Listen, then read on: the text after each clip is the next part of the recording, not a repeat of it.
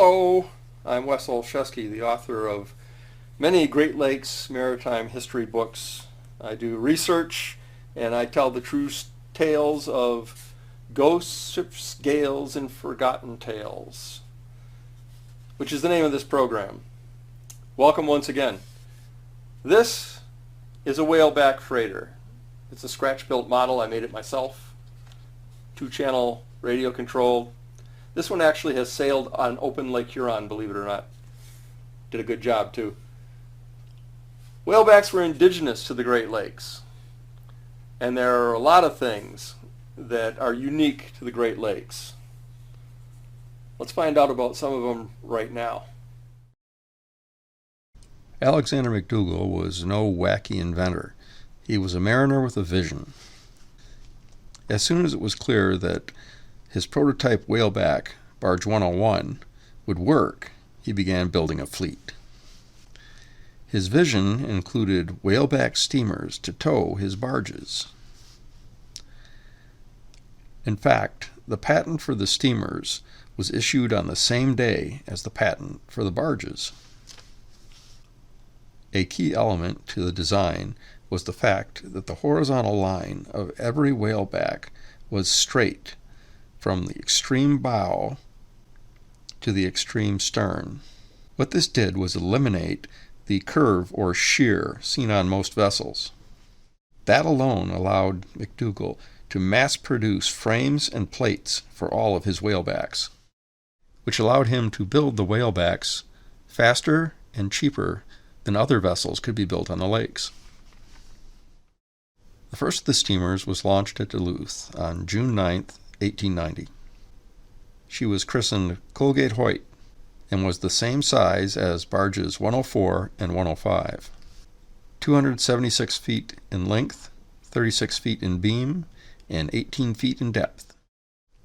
Also like the barges, she had the pigboat snout with hawsepipe nostrils. Those fed her anchor chains up through her hull and into the windlass turret. The second steamer was constructed at McDougall's Superior, Wisconsin shipyard. She launched on November 15, 1890. She was named Joseph L. Colby and varied only slightly from her predecessor because she had a depth of 22 feet. Her pigboat snout was later changed. That would become the classic whaleback bow with 3 hawsepipe eyes on top. The Colby would shoot the rapids of the St. Lawrence River just 6 weeks after her launch, and then spend 5 years on salt water.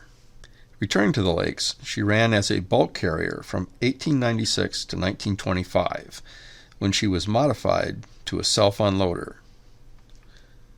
She was scrapped as the Bay State in 1935.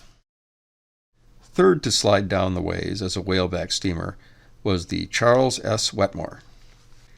She went directly from launch to salt water by way of the St. Lawrence.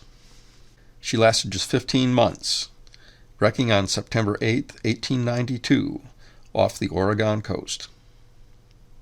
Launched on July 9, 1891, the E.B. Bartlett managed to have 3 accidents before that year expired. She collided with the steamer Tampa on September 11, 1891. Then, on October 10th, the steamer Wyoming struck the Bartlett.